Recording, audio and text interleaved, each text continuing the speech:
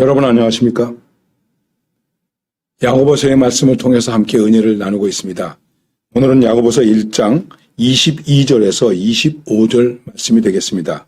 제가 말씀을 읽어드립니다. 너희는 말씀을 행하는 자가 되고 듣기만 하여 자신을 속이는 자가 되지 말라. 누구든지 말씀을 듣고 행하지 아니하면 그는 거울로 자기의 생긴 얼굴을 보는 사람 같아서 제 자신을 보고 가서 그 모습이 어떠했는지를 곧 잃어버리거니와 자유롭게 하는 온전한 율법을 들여다보고 있는 자는 듣고 잊어버리는 자가 아니요 실천하는 자니 이 사람은 그 행하는 일에 복을 받으리라. 오늘 함께 나눌 찬송은 찬송가 204장 주의 말씀 듣고서 준행하는 자는, 예수님의 교훈 가운데 내 말을 듣고 행하는 자는 반석 위에 집을 지은 사람과 같다. 그래서 무너지지 않는다. 바람이 불어도 홍수가 나도 물결이 부딪혀도 무너지지 않는다. 주님의 말씀을 듣고 그 말씀 앞에서 우리가 어떠한 모습으로 살아야 되느냐 하는 것에 대한 결정적인 교훈이라고 말씀드릴 수 있습니다. 여러분 다시 기억나시죠? 우리는 하나님의 말씀을 우리 마음에 심겨졌는데 그것을 온유함으로 받아서 내 마음이 옥토가 되어서 그 말씀의 열매가 우리들의 삶 가운데 맺어져야 한다고 하는 것입니다. 그런데 오늘 말씀은 그 말씀을 더 구체적으로 말씀을 합니다. 말씀을 행하는 자가 되고 듣기만 하여 자신을 속이는 자가 되지 말라. 말씀을 듣기만 하고 이 말씀 따라 살지를 않으면 우리는 결국은 스스로를 속이는 자가 된다. 내가 하나님 속인다, 이웃 속인다, 그게 아니고 자기 자신을 속이는 자가 된다. 이렇게 말할 수 있는 것입니다. 참 두려운 말씀입니다. 우리가 하나님의 말씀을 얼마나 듣습니까? 특별히 한국 교회는 또 예배가 많습니다. 주일 아침, 주일 오후, 수요일, 월, 화, 수, 목, 금, 토, 새벽기도, 금요일 구역 예배, 또 그룹별 하는 바이블 스터디가 있죠. 여러 가지 기도회. 얼마나 말씀을 많이 듣습니까? 똑같은 입장입니다만 생각해 봅니다. 이렇게 말씀을 많이 듣는데 왜 그리스도인들의 삶 속에 많은 분쟁과 모순들이 나타나고 있을까? 이 세상으로부터 걱정거리가 되는 교회가 되어가고 있을까? 좀 심하게 말씀드린다면 결국 그리스도인들은 하나님을 믿는다고 하면서 하나님의 말씀을 듣는다고 하면서 말씀을 들을 때 아멘 아멘 그러면서 그 말씀대로 100% 살지는 못했다고 할지라도 온전하게 살지 못하고 있기 때문에 우리는 결국 우리 자신을 속이는 자가 되었다. 자, 이건 뭘 말하는 것이겠습니까? 사기치는 자가 되었다. 사기치는 자가 되었다. 기독교는 사기치는 종교가 되었다. 너무 심한가요? 교회 사람들은 사기치는 자가 되었다.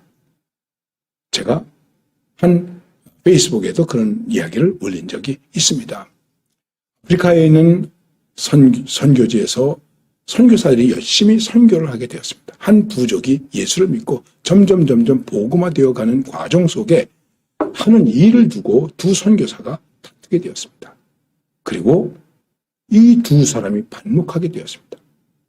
어느 날 부족 족장이 마을 사람들을 데리고 와서 이 선교사님들 앞에서 이렇게 말하더라는 거예요. 우리는 예수 믿지 않기로 결정했습니다. 아니 그게 무슨 말씀입니까? 예수 믿고 우리에게 예수 믿으라고 서로 사랑하라고 가르쳐 주신 두 분 선교사님이 이렇게 다투고 서로 원수처럼 지내니 우리가 왜 예수를 믿습니까?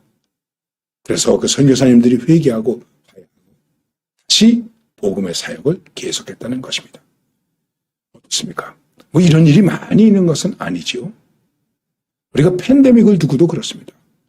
신앙의 탄압, 예배의 방해, 탄압 이런 얘기를 많이 했습니다. 그런 부분도 있습니다만은 그에 앞서서 과연 우리가 말씀을 듣고 예배를 드리고 행하는 자의 모습을 가졌었는가? 우리가 진리를 말하면서 스스로 속이는 자가 되지 않았는가? 그리스도 안에서 하나라고 얘기하는데 한국의 100개 이상의 교단이 있습니다. 하나 되자 그러면서 연합기관을 만들어서 한기총, 한교연, 세기총, 교회협의회, 전기총. 여러분, 이게 어떻게 된 것입니까? 그러면 또 이제 다시 하나 만든다. 이게 어떻게 될지 모르겠어요. 부끄럽습니다. 걱정이 됩니다. 그래서 말씀을 듣기만 하면 자신을 속이는 자가 된다. 말씀을 듣고 행하지 아니하면 이 사람은 어떤 사람과 같으냐 하면 거울을 보고 자기 얼굴을 보고 그리고 가서 고치지 않는 사람과 똑같다. 거울을 보고서 넥타이가 잘못됐네. 여기 뭐가 묻었네.